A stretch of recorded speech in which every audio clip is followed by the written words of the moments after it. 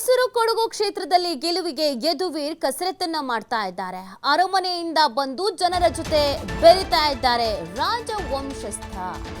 ಮೈಸೂರಿನ ಕ್ಯಾತಮಾರನಹಳ್ಳಿಯಲ್ಲಿ ಯದುವೀರ್ಗೆ ಭವ್ಯ ಸ್ವಾಗತವನ್ನು ಕೂಡ ಕೋರಲಾಗಿದೆ. ಜನಸಾಗರ ನೋಡಿ ಆಶ್ಚರ್ಯಪಟ್ಟಿದ್ದಾರೆ ಬಿಜೆಪಿಯ ಅಭ್ಯರ್ಥಿ ಯದುವೀರ್ ಅವರು.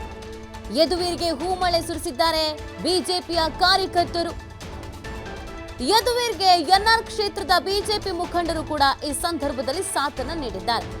ಯದುವೀರ್ ಅವರನ್ನ ಇಷ್ಟು ವರ್ಷಗಳ ಕಾಲ ಅರಮನೆ ಅನ್ನುವಂಥ ವಿಚಾರದಲ್ಲಿ, ದಸರಾ ಅನ್ನುವಂಥ ವಿಚಾರದಲ್ಲಿ ಎಲ್ಲರೂ ಹತ್ತಿರದಿಂದ ನೋಡ್ತಾ ಇದ್ರು. ಆದರೆ ಈ ಬಾರಿ ಎಲೆಕ್ಷನ್ ಟೈಮ್ನಲ್ಲಿ ಬಹಳ ಹತ್ತಿರದಿಂದ ನೋಡಿದ್ದಾರೆ.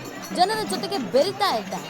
ಒಂದು ಅಂತರ ಇದ್ದೇ ಇರ್ತಿತ್ತು. ಏನೇ ಪ್ರಜಾಪ್ರಭುತ್ವ ಅಂತೆಲ್ಲ ಹೇಳಿದ್ರು ಕೂಡ ರಾಜವಂಶಸ್ಥರು, ಪ್ರಜೆಗಳು ಅಂತ ಬಂದಾಗ ಒಂದು ಅಂತರ, ಒಂದು ಚಿಕ್ಕ ಲೈನ್ ಇದ್ದೇ ಇರ್ತಿತ್ತು. ಆದರೆ ಅದೆಲ್ಲವನ್ನ ದಾಟಲಾಗಿದೆ.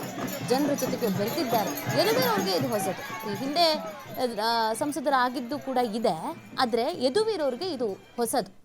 ಎಲ್ಲರನ್ನ ನೋಡಿ ಖುಷಿ ಪಟ್ಟಿದ್ದಾರೆ. ಜನಸಾಗರವನ್ನ ನೋಡಿ ಆಶ್ಚರ್ಯ ಕೂಡ ಪಟ್ಟಿದ್ದಾರೆ. ಬಿಜೆಪಿಯ ಕಾರ್ಯಕರ್ತರು ಬಹಳ ಸಂಭ್ರಮಿಸಿದ್ದಾರೆ. ಜನರನ್ನ ನೋಡಿ ಆಶ್ಚರ್ಯರಾಗಿದ್ದಾರೆ. ಕ್ಷೇತ್ರದ ಬಿಜೆಪಿ ಮುಖಂಡರುಗಳು ಕೂಡ ಈ ಸಂದರ್ಭದಲ್ಲಿ ಯದುವೀರ್ ಅವರಿಗೆ ಸಾಥ್ ನೀಡಿದ್ದಾರೆ. ಈ ಬಾರಿ ಪ್ರತಾಪ್ ಸಿಂಹ ಅವರಿಗೆ ಟಿಕೆಟ್ ಅನ್ನು ಕೊಡದೆ ಯದುವೀರ್ ಅವರಿಗೆ ಟಿಕೆಟ್ ಅನ್ನು ಕೊಡಲಾಗಿದೆ. ಹೇಗಾದ್ರೂ ಮಾಡಿ ಗೆಲ್ಲಿಸ್ಕೊಂಡು ಬರಲೇಬೇಕು ಅನ್ನುವಂಥ ನಿಟ್ಟಿನಲ್ಲಿ ಕಾರ್ಯಕರ್ತರು ಕೂಡ ಇದ್ದಾರೆ. ಸೊ ಅದರ ನಡುವೆ ಯದುವೀರ್ ಅವರು ಈ ಎಲ್ಲ ಕಾರ್ಯಕ್ರಮಗಳಲ್ಲಿ ಭಾಗಿಯಾಗಲೇಬೇಕು, ನಾರ್ಮಲ್ ಆಗಿ. ಅದೇ ರೀತಿಯಾಗಿ ಕಾರ್ಯಕ್ರಮಗಳಲ್ಲಿ ಭಾಗಿಯಾಗ್ತಾ ಇದ್ದಾರೆ. ಸ್ವಾಗತ ಕೊಟ್ಟಿರೋದು ನಮ್ಮ ಪೂರ್ವಜರು ಮಾಡಿರ್ತಕ್ಕಂಥ ಕೆಲಸದಿಂದ. ಅದಕ್ಕಾಗಿ ಆ ಋಣವನ್ನು ತೀರಿಸಲಿಕ್ಕೆ ಇವತ್ತು ಒಂದು ಅವಕಾಶ ನೀಡಿ ಮತ್ತು ನಿಮ್ಮೆಲ್ಲರ ಸಹಾಯದೊಂದಿಗೆ ಈ ಒಂದು ಒಳ್ಳೆ ಶ್ರೇಷ್ಠ ಭಾರತ ನಿರ್ಮಾಣಕ್ಕಾಗಿ ನಾವೆಲ್ಲ ಕೆಲಸ ಮಾಡಬಹುದು. ಕಾರಣ ಏನಂದ್ರೆ, ನಾನು ಆಗ್ಲೇ ಹೇಳಿದ್ದೀನಿ, ನಾವೆಲ್ಲರೂ ಜೊತೆಗೆ ಸೇರಿರೋದು, ಆ ಭಾವನಾತ್ಮಕ ಸಂಬಂಧ ಇರೋದು ನಮ್ಮ ಪೂರ್ವಜರು ಮಾಡಿರ್ತಕ್ಕಂಥ ಕೆಲಸದಿಂದ.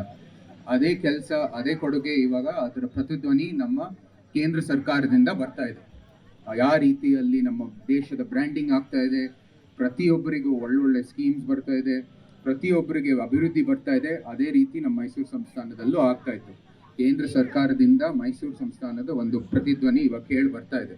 ಸೊ ಇದು ಬರೀ ಮೈಸೂರಿನ ವಿಷಯ ಅಲ್ಲ, ಇದು ದೇಶದ ಒಂದು ಸಮಸ್ಯೆ ಆಗಿ ದೇಶಕ್ಕೆ ಒಳ್ಳೆ ದೇಶ, ವಿಕಸಿತ ಭಾರತ, ಶ್ರೇಷ್ಠ ಭಾರತ ನಿರ್ಮಾಣಕ್ಕಾಗಿ ನಾವೆಲ್ಲರೂ ನಮ್ಮ ಮತ ಚಲಾಯಿಸಬೇಕಾಗಿರೋದು ಮುಖ್ಯ.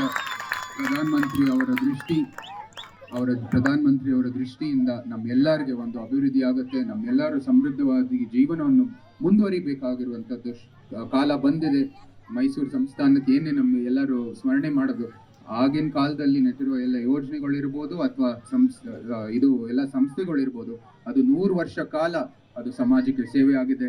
ಇವತ್ತು ಕೂಡ ಅದೇ ದೃಷ್ಟಿಯಿಂದ ಕೇಂದ್ರ ಸರ್ಕಾರದಿಂದ ಅದು ಕೆಲಸ ಮಾಡ್ತಾ ಇದ್ದಾರೆ. ಅವ್ರು ಇವತ್ತಲ್ಲ, ನಾಳೆ ಅಲ್ಲ, 5 ವರ್ಷ ಅಲ್ಲ, 2047ಗೆ ಇವತ್ತು ಎಲ್ಲರಿಗೂ ನಮ್ಮನ್ನ ಸಿದ್ಧರಾಗ್ತಾ ಇದ್ದಾರೆ. ಅಂದ್ರೆ ಅಂದಿನ ಕಾಲದಲ್ಲಿ ಏನೇನು ಅಂತರ, ಯಾವ ರೀತಿ ನಿಮ್ಮೆಲ್ಲರ ಒಂದು ಸಹಕಾರ ಮಾಡ್ಬೋದು ಅಂತ ನಮ್ಮ ಎಲ್ಲ ಸ್ಥಳೀಯ ನಾಯಕರ ಸಲಹೆಯೊಂದಿಗೆ ನಾವು ಮಾಡ್ತೀವಿ. ನಿಮ್ಮೆಲ್ಲರ ಒಂದು ವಿಶ್ವಾಸ ಇದೆ ನಮ್ಮ ಮೇಲೆ ಇರಲಿ, ಮತ್ತು ನಿಮ್ಮೆಲ್ಲರೂ ನಮ್ಮ ಕಡೆಯಿಂದ ಯಾವಾಗಲೂ ಇದ್ದೇ ಇರುತ್ತೆ. ಸ್ವಾಗತ ಕೊಟ್ಟಿರೋದು ನಮ್ಮ ಪೂರ್ವಜರು ಮಾಡಿರ್ತಕ್ಕಂಥ ಕೆಲಸದಿಂದ.